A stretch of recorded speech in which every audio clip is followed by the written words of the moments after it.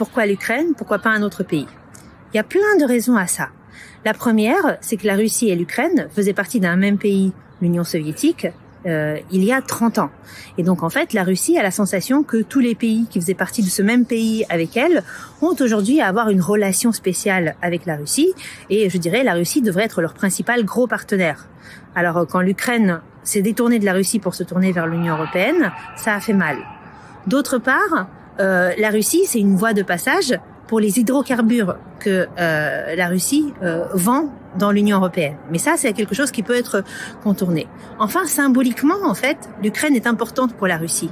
On y parle en partie le russe, et la Russie considère que le berceau de sa propre civilisation est à Kiev. Alors, perdre le berceau de sa propre civilisation, ça fait quand même mal. La Russie a-t-elle des alliés? Elle a des alliés, mais je dirais que c'est pas l'élément central dans cette histoire. Il y a d'un côté la Biélorussie, qui est aussi frontalière de l'Ukraine, qui est très proche de la Russie actuellement, et les forces armées russes sont stationnées en Biélorussie et pourraient attaquer depuis la Biélorussie. Il y a d'autres États, mais ces États sont un petit peu loin. On a par exemple le Kazakhstan en Asie centrale, qui est un État allié de la Russie et pourrait soutenir militairement, mais je dirais que ça ajouterait pas grand-chose à la force russe. La Chine, c'est moins évident. Jusqu'à maintenant, il y a des partenariats entre la Russie et la Chine, mais il n'y a absolument pas d'alliance militaire. Donc, à ce jour, il n'y a aucune raison que la Chine intervienne dans ce conflit armé qui est quand même très très loin de ses frontières. Est-ce qu'il y a un risque nucléaire? La Russie possède l'arme nucléaire. L'Ukraine l'a possédée il y a 30 ans, mais a décidé de manière unilatérale et volontaire de abandonner son arsenal nucléaire. Alors aujourd'hui, ce que l'on sait des forces armées et des armes présentes à la frontière ukrainienne, c'est qu'a priori, il n'y a pas de missiles nucléaires. Mais cette menace d'attaque nucléaire est quelque chose que la Russie brandit régulièrement, en disant attention, s'il y a de l'engrenage, il n'est pas impossible que ça se transforme en une guerre nucléaire. Et dans une guerre nucléaire, comme vous le savez, il n'y a pas de vainqueur. Est-ce que la situation actuelle pourrait déboucher sur une guerre mondiale? Une guerre mondiale ne commence jamais comme une guerre mondiale. Il y a toujours un déclenchement dans un pays à travers une crise. Là, dans ce cas-là, entre la Russie et l'Ukraine.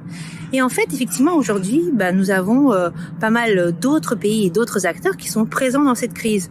On a les États-Unis, on a l'OTAN, on a l'Union européenne, on a différents pays de l'Union européenne. Donc, effectivement, si le conflit dégénérait, il pourrait concerner un grand nombre d'États. Je dirais que l'Europe serait peut-être l'une des premières à être concernée parce que ça se passe à ses frontières. Il faut dire que l'Ukraine est frontalière de pays de l'Union européenne et la Russie est également frontalière de pays de l'Union européenne. Est-ce que toute l'Europe pourrait être impliquée? C'est une vraie question. Les Européens n'ont absolument pas envie de combattre, de s'engager dans une guerre.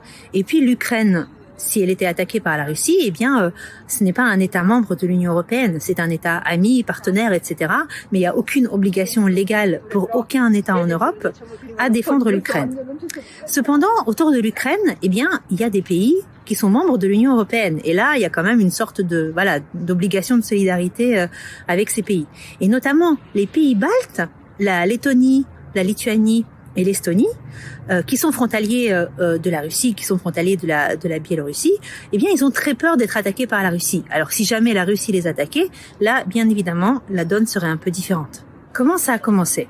C'est une question compliquée.